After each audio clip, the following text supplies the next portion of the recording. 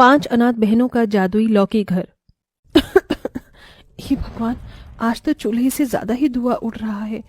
बबीता दीदी, चाय बन गई ता? मुझे भूख लगी है।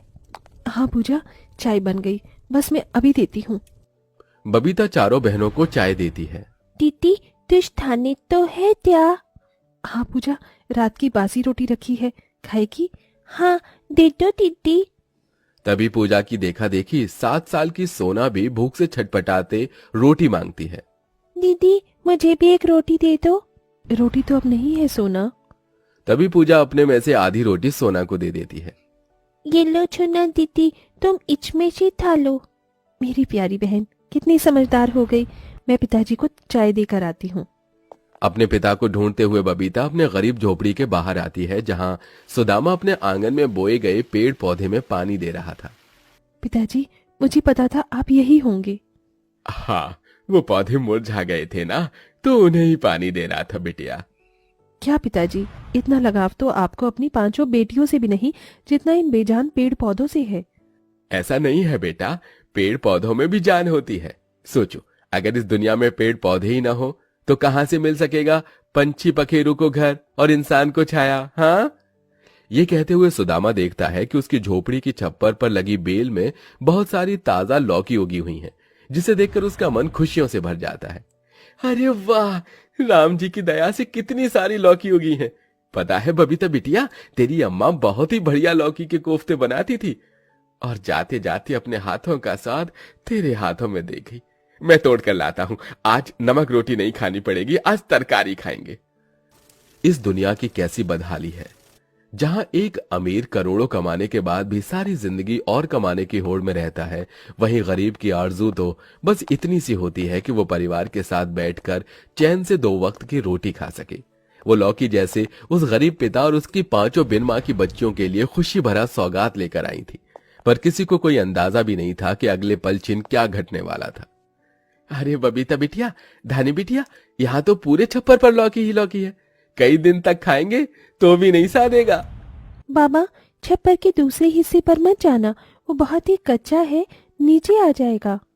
तभी एकदम से छप्पर टूट जाता है और बेचारा गरीब सुदामा फिसल कर मुंह के बल ऊंचाई से नीचे गिरता है।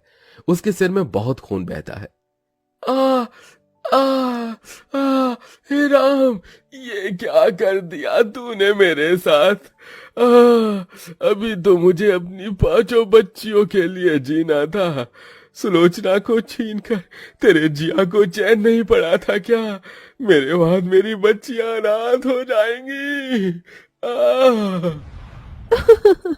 ऐसा मत कहिए पिताजी, आपको कुछ नहीं होगा। 5 अपने पिता को अस्पताल लेकर जाती तो हैं, मगर समय से इलाज न मिलने के कारण उसकी मौत हो जाती है। एक ही पलछिन में 5 बहनें अनाथ हो जाती हैं। यहां तक कि दुख की उस घड़ी में कोई उनकी मदद नहीं करता।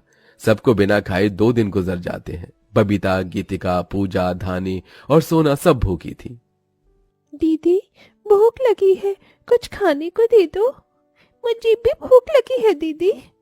पर मैं तुम्हें क्या दूं बहनों, एक दाना भी नहीं है घर में। पर उनके लिए इतना ही दुख कम नहीं था कि उस रात तूफान के झोंके से उनका इकलौता आसरा वो झोपड़ी भी टूट जाती है। अब 5 बहनें अनाथ, बेघर, बेसहारा, दर दर भटकते हुए जंगल में आ पहुंचती हैं। दीदी, क्या हम यहाँ रहेंगे? हाँ पूजा, अब से ये जंगल ही हमारा ठिकाना है। तभी 5 को किसी के करहाने की आवाज आती है। बचाओ, बचाओ, कोई बचाओ। दीदी, आपने आवाज सुनी? जैसे कोई हमें मदद के लिए पुकार रहा है। चलो चलकर देखते हैं। जैसी 5 आगे आती हैं तो एक बहुत बड़ा गड्ढा देखती हैं, जिसमें एक जादुई लौकी उन्हें दिखती है, जिसका इंसानों की तरह हाथ, पांव, नाक, मुंह था, और वो एक जाल के अंदर फंसा हुआ था, जिसकी वजह से वो निकल नहीं पा रहा था। मुझे लगा आज तो मैं मर ही जाऊंगा। अच्छा हुआ जो तुम 5 चले आई। अब देख क्या रही हो, जल्दी से मुझे बाहर निकालो। जादुई लौकी को इस तरह से इंसानों की तरह बतियाते देखकर 5 बहनें बड़ी बड़ी आंखें किए एकटक उसे ही ताकती हैं। अरे बाप ले, ये कैची जादुई लौकी है, कैची पटर पटर बोलता है। 5 गरीब अनाथ बहनें लौकी को जाल से आजाद कर गड्ढे से बाहर निकालती हैं। तुम बहनों का बहुत बहुत धन्यवाद। तुमने मेरी मदद की है। कहो, मैं तुम्हारी क्या मदद कर सकता हूँ? तभी बबीता अपनी चारों अनाथ बहनों का मुरझाया हुआ चेहरा देखकर बोलती है। जादुई लौकी, हमने 2 दिन से कुछ भी नहीं खाया है, क्या तुम हमें थोड़ा सा खाना दे सकती हो?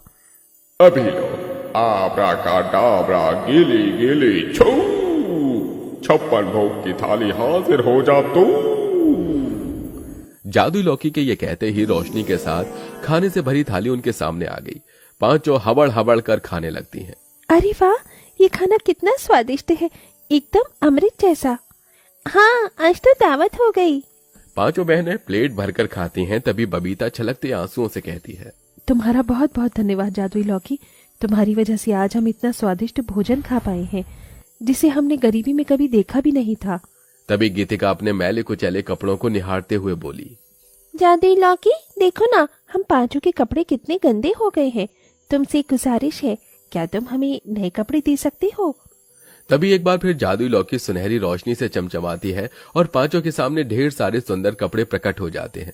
पर बबीता का मन अभी भी उदासी से भरा था। क्या हुआ बबीता, तुम चिंता में क्यों हो? क्योंकि हमारे पास रहने के लिए कोई ठिकाना नहीं है, क्या तुम हमें एक घर दे सकती हो? जब मैं हूं तो घर की क्या जरूरत है? ये कहते हुए जादुई लौकी एक बड़ा विशाल लौकी घर बन जाता है। अरे बाप रे, ये लौकी तो बड़ा अनोखा है।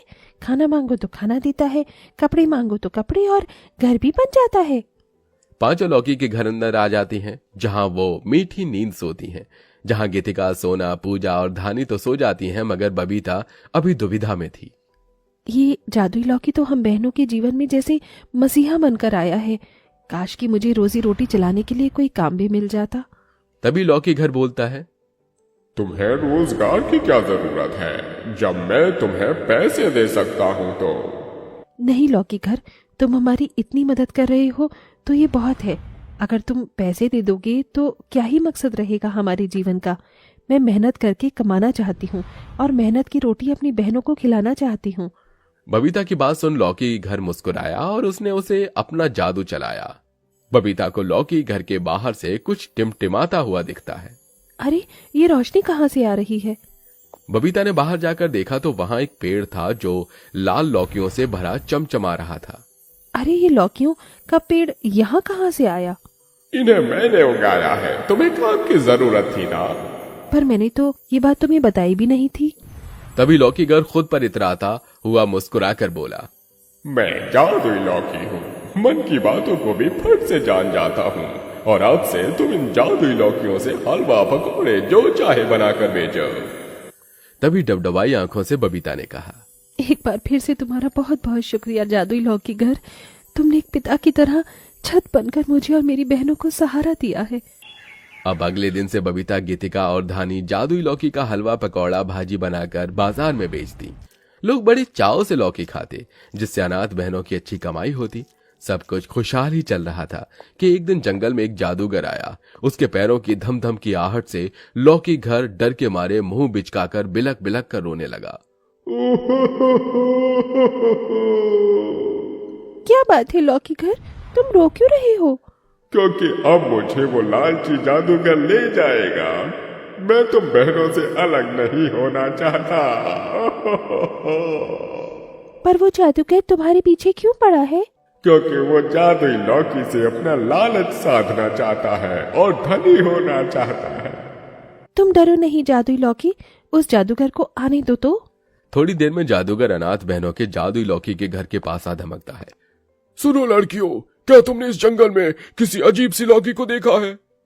नहीं तो, हमने किसी लौकी को नहीं देखा।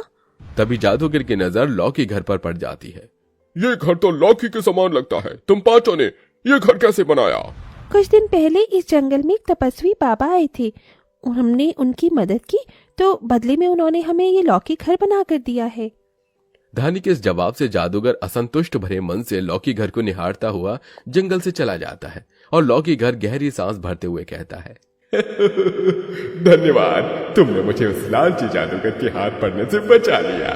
तुमने भी तो बुरे वक्त में हमारी कितनी मदद की है जादुई लौकी घर। तुम्हारे उपकारों को हम कैसे भूल सकते हैं, और ऐसे छल कपटी को छल भरे अंदाज से ही जवाब देना चाहिए। उस दिन के बाद से जादुई लौकी उन 5 अनाथ बहनों के संग एक परिवार के हिस्से की तरह बनकर रहने लगता है।